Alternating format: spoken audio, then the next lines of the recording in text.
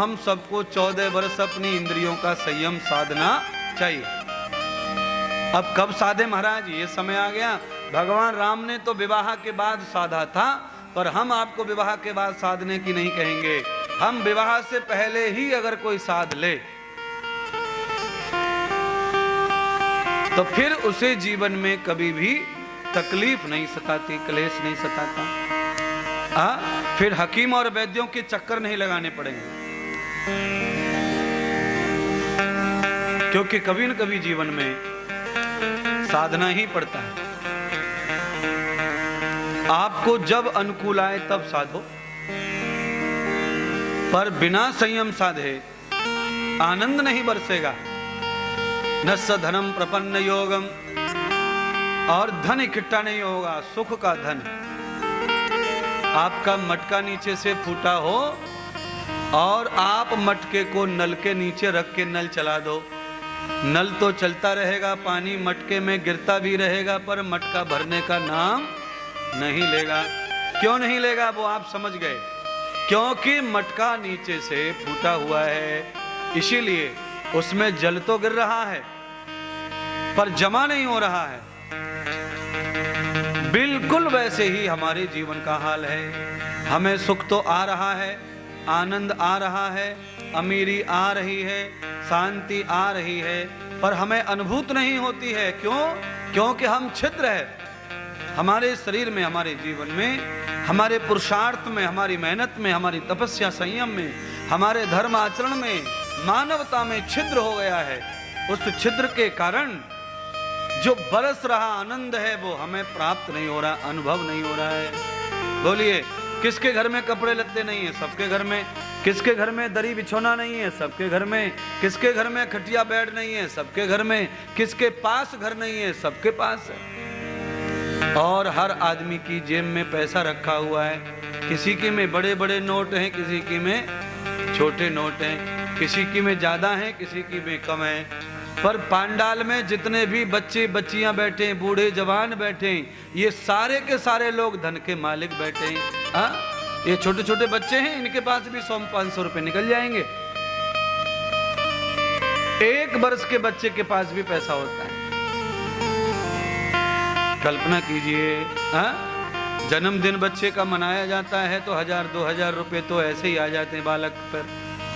और उस पैसे का बालक क्या करेगा? दादी और मम्मियां उसको रख लेती हैं उसके नाम से, ये इसके जन्मदिन का, इसके काम आएगा। तो अब आपको समझना है, 1 वर्ष के बच्चे के पास धन हो सकता है, उसके पास अनेक वस्त्र हैं और अनेक प्रकार के उनके पास बिस्तर हैं महाराज। बच्चे के पास बिस्तर अनेक प्रकार के होते हैं। और सुनिए, बच्चे का बिस्तर बदलने वाला पूरा घर नौकर रहता है, पूरा घर नौकर है। बच्चे को गोद में रखना, कंधे पे रखना, कंधे पर बिठाना, गोद में बिठाना, छाती पर लिटाना और जबरदस्ती हंसाते रहना, इतनी नौकरी हम करते हैं महाराज। तो अब कल्पना करो, इस संसार में कौन दुखी है फिर? क्या कमी किसी के पास है? जैसे ही बच्चा बड़ा होने लगता है, गरीबी जताने लगता है, अब अभाव होने लगता है उसके जीवन में। 15 साल का बच्चा हो जाए, उसके जीवन में अभाव हो जाता है, फिर रोता रहता है पिताजी के पास में। आज मुझे पैसे की जरूरत है, पिताजी पैसा नहीं देते। आज मुझे फीस भरनी है, आज मुझे कपड़ा खरीदना है, आज मुझे ये करना है, आज मुझे वहां जाना है। देखिए, आयु से, शरीर से बड़ा होने के बाद व्यक्ति को बड़ा घाटा पड़ता है। आयु कम रहे और शरीर भी छोटा रहे तो व्यक्ति चिंता मुक्त रहता है। 10-12 साल तक बच्चे को क्या फिक्र है? बोलिए, खाने की फिक्र घर वालों को, कपड़ों की फिक्र घर वालों को, सोने की फिक्र घर वालों को। देखिए ना, रात में तुम्हें नींद नहीं आए, पूरी रात गोली खा खा के सो रहे हैं, और बच्चे को नींद नहीं आए तो पूरा घर सुला रहा है, जग रहा है उसके लिए। इसीलिए भागवत का क्या मूल है? क्यों मैं ऐसी बात कह रहा हूं? मैं इसीलिए कह रहा हूं कि कर्म से चाहे आप जितने बड़े हो जाइए, पर मन बुद्धि और हृदय से आप बालक ही बने रहो, तो पवित्रता के कारण भगवान तुम्हारे सारे साधनों की फिक्र करेगा। पर कैसा प्रॉब्लम है, तुम जैसे बड़े होते हो तो तुम्हारे कर्म छोटे हो जाते हैं और मन तुम्हारा दुष्ट हो जाता है, बुद्धि तुम्हारी भ्रष्ट हो जाती है, चित्त तुम्हारा अपराधी हो जाता है, आत्मा तुम्हारी कमजोर पड़ जाती है। इसीलिए सब कुछ होके भी जीवन में अभाव ही दिखाई पड़ता है,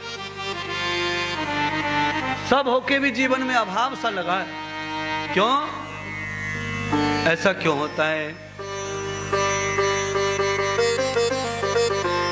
ऐसा इसलिए होता है क्योंकि मन बेकार हो गया, मन का हाल बेहाल हो गया, बुद्धि का हाल बेहाल हो गया। इसीलिए आदमी बड़ा होते होते कमजोर पड़ने लगता है, असहाय होने लगता है।